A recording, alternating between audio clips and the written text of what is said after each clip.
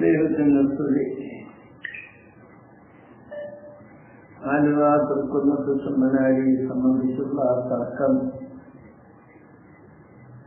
1974 മുതൽ ആരംഭിച്ചിട്ടുള്ളതാണ്. സഭ യോജിപ്പിന്റെ തണലിൽ 1966 വൈദ്യപറമ്പിൽ തിരുമേനി കാലേജ് ചെയ്ത് കഴിഞ്ഞപ്പോൾ അന്ന് ഇരുകൂട്ടരും ഒരുമിച്ച് നിൽക്കുന്ന സമയമായതുകൊണ്ട് ദേവലോകത്തെ കത്തോലിക്ക അവിടെ ഒരു മെത്രാപ്പൊലീത്തായെ നിയമിച്ചാക്കി. അത് സംബന്ധിച്ചുള്ള കാര്യങ്ങൾ തർക്കത്തിൽ കഴിയുമ്പോഴാണ് തൃക്കുന്നത്ത് സെമിനാരിയിൽ 3 പ്രാവശ്യം ഞാൻ പ്രവേശിച്ചു. ഈ 3 പ്രാവശ്യവും അതാത് കാലത്തെ ബഹുമാനപ്പെട്ട ഗവൺമെന്റിന്റെ ചുമതലയിൽ നിന്ന് അവർ പറഞ്ഞയച്ച ആളുകളുടെ നിർദ്ദേശം വെച്ച് പരിഹാരമുണ്ടാക്കാം എന്നാണ്. എന്റെ അറിയിപ്പനുസരിച്ച് ഞാൻ 3 പ്രാവശ്യവും അവിടുന്ന് മാറിക്കൊടുക്കുകയാണ് ചെയ്തിട്ടുള്ളത്. പള്ളിപ്പറമ്പിലായിരുന്നു ഞാൻ പ്രവേശിച്ച് സഹവസിച്ചത്. അന്ന് അവിടെ പള്ളിക്ക് തെക്കുവശത്തുള്ള കെട്ടിടത്തിൽ അവരുടെ ചില ആളുകൾ താമസിക്കുന്നുണ്ടായിരുന്നു. ഭൂരിപക്ഷക്കാരന് പള്ളി പിടിച്ചു കൊടുക്കുവാനും അന്നത്തെ ബഹുമാനപ്പെട്ട ഗവൺമെന്റ് നിശ്ചയിച്ചതനുസരിച്ച്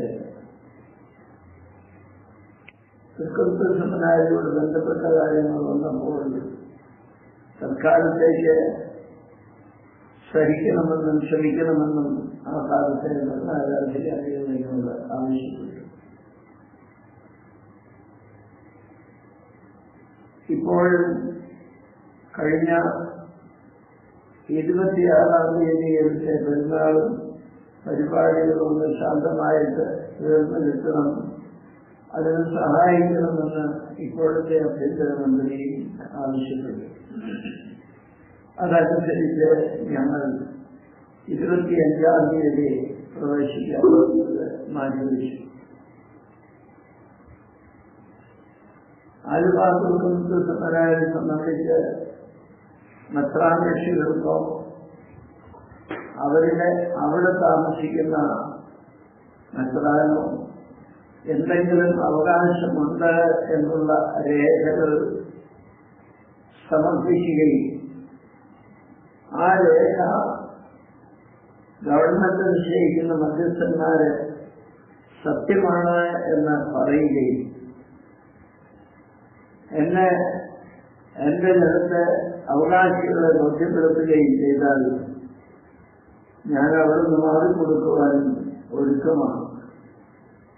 പക്ഷേ ഞാൻ എത്ര പ്രാവശ്യം ആവശ്യപ്പെട്ടിട്ടും, പ്രത്യേകിച്ച് പത്രത്തിൽ 3 പ്രാവശ്യം ഞാൻ പരസ്യം ചെയ്തു. തൃക്കുന്നത്ത് സെമിനാരി അവരുടേതാണ്, മെത്രാൻകക്ഷികളുടേതാണെന്നും തെളിയിക്കാവുന്ന യാതൊരു രേഖയും ഹാജരാക്കുവാൻ അവർക്ക് കഴിഞ്ഞിട്ടില്ല.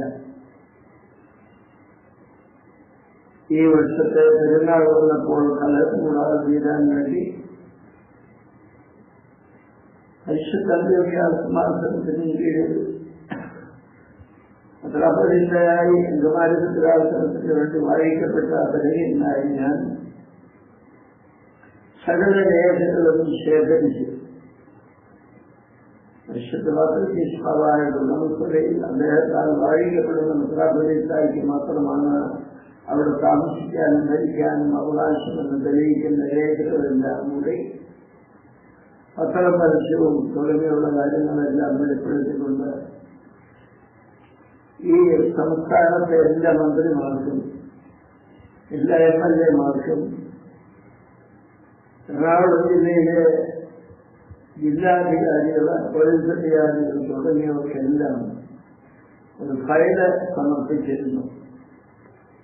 ആ ആരും എന്റെ അഭിപ്രായമോ നിയമപരമായ എനിക്കുള്ള അവകാശമോ ഇല്ല എന്ന് ആരും എന്നെ അറിയിച്ചില്ല. അതേസമയത്ത് എനിക്കാണ് അവകാശമെന്ന് തെളിയിക്കുന്ന എല്ലാ കാര്യങ്ങളും എന്റെ നിലയിലുണ്ട്.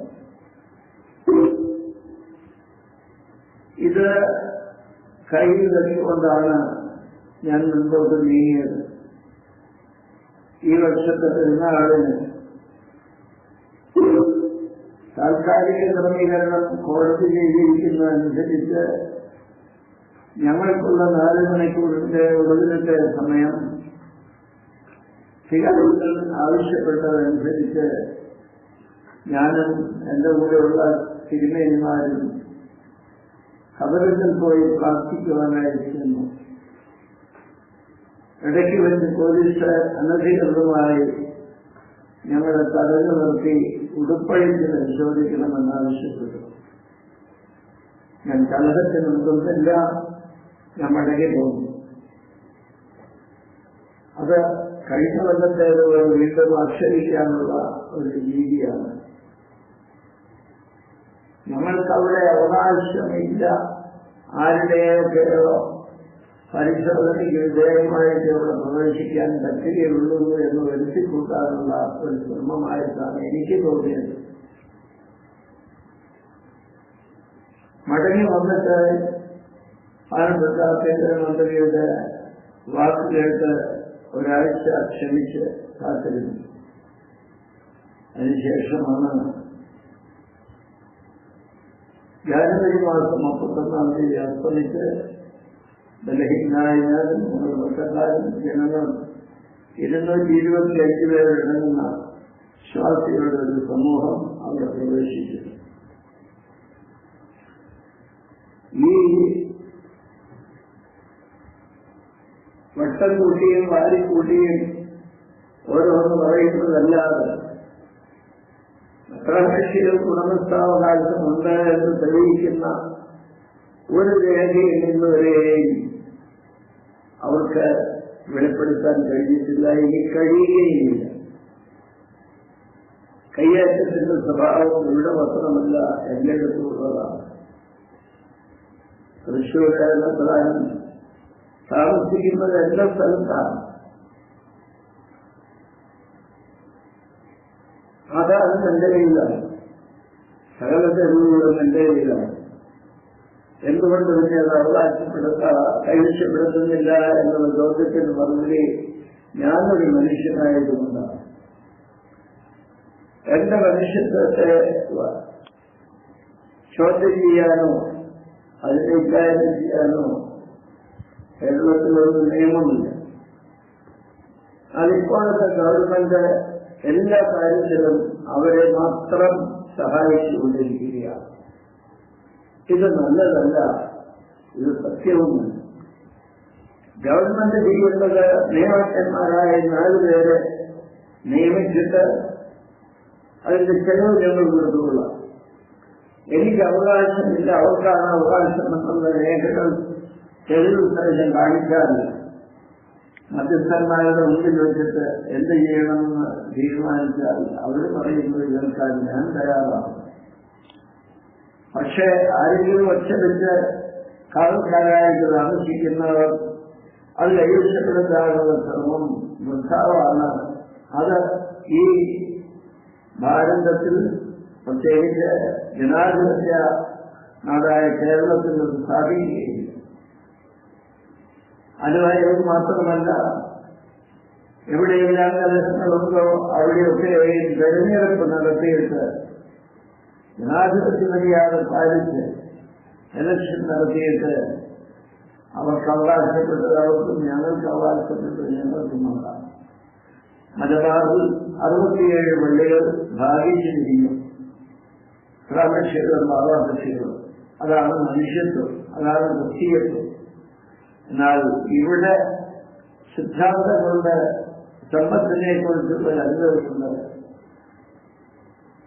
ഗവൺമെന്റിനെ സ്വാധീനിച്ച് ഗവൺമെന്റിന്റെ കീഴിലുള്ള ഉദ്യോഗസ്ഥരെ സ്വാധീനിച്ച് ഞങ്ങളുടെ സ്ഥലം കൈവശപ്പെടുത്തി താമസിക്കുകയാണ്. അതിനവിടുത്തെ കാവൽക്കാർ മാത്രമാണ്.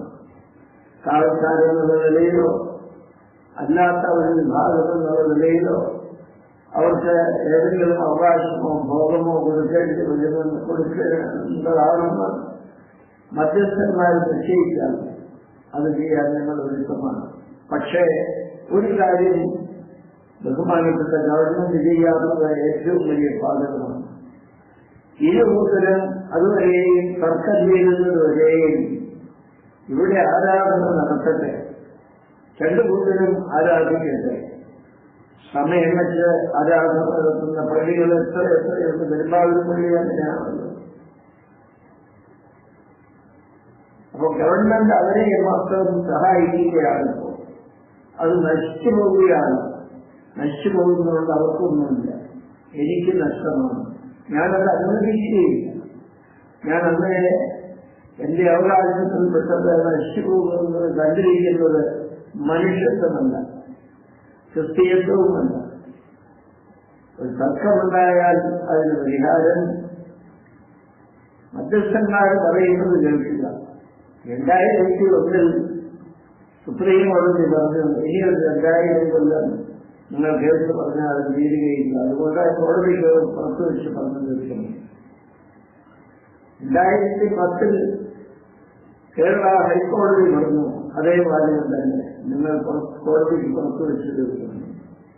2011 ഹൈക്കോടതി വീണ്ടും നിർദ്ദേശിച്ചത് നിങ്ങൾ എതിർകൂട്ടിലും 4 മധ്യസ്ഥന്മാരെ നിർദ്ദേശിക്കുക, ഞങ്ങൾ അവരുമായിട്ട് സംസാരിച്ച് പരിഹാരമുണ്ടാക്കാം. ഞങ്ങൾ സമ്മതിച്ചു, അവർ സമ്മതിക്കുന്നില്ല. അതിന് കാരണം അവരുടെ കയ്യിൽ ഉടമസ്ഥാവകാശത്തിലേക്കുന്ന ഒരു രേഖയുമില്ല. ഏത് മധ്യസ്ഥൻ വന്നാലും അത് പരിശോധിക്കുമ്പോൾ ഇത് കഴിച്ചിട്ട് അറിയിക്കാൻ മാത്രം കേസിന്റെ കീഴിൽ അദ്ദേഹത്താൽ വാഴിക്കപ്പെടുന്ന ഒരു ബിഷപ്പിനല്ലാതെ ഒരു നസ്രാനില്ലാതെ നസ്രാസിനോട് അവകാശമില്ല എന്ന് മധ്യസ്ഥന്മാർ കണ്ടെത്തി ഉറപ്പാണ്. അതുകൊണ്ടാണ് ഒരു മധ്യസ്ഥതയ്ക്കും വഴുകുകയില്ല. അപ്പോൾ ഉടമസ്ഥൻ എന്നുള്ള നിലയിൽ ഞാനത് കൈകാര്യം ചെയ്യേണ്ടിയിരിക്കും. ഞാൻ പള്ളിയിൽ പ്രാർത്ഥിക്കാൻ കയറിയത് സമയം നിശ്ചയിച്ചത് ഞാൻ തന്നെയാണ്, അവരല്ല നിശ്ചയിക്കുന്നത്. ആർക്കും ബുദ്ധിമുട്ടുണ്ടാകുന്നതിന് മുമ്പ് വെളുപ്പിനെ പ്രവേശിച്ച് 1.25 മണിക്കൂർ കൊണ്ട് ആരാധന ഞാൻ ഇറങ്ങിപ്പോകും. ആരെങ്കിലും തെളിവ് സഹിതം എന്നെ ബോധ്യപ്പെടുത്തിയാൽ ഞാൻ അതിന് പ്രാച്യത്തിൽ ചെയ്യാൻ തയ്യാറാണ്. കാടകത്ത് ഞങ്ങളുടേതാണെന്ന് പറയുന്നതിനകത്ത് അർത്ഥമില്ല. 4 മധ്യസ്ഥന്മാര് നിയമമറിയാവുന്നത് പരിശോധിച്ചിട്ട് പരിഹാരം കണ്ടെത്തുക, അതിന് ദൈവം വഴി തെളിയിക്കട്ടെ എന്ന് പ്രാർത്ഥിക്കുകയാണ്. ഞാൻ പ്രാർത്ഥിക്കുക മാത്രമല്ല, പ്രവർത്തിക്കുവാൻ നിർബന്ധിതമെന്ന് ദൈവം അനുഗ്രഹിക്കുന്നു.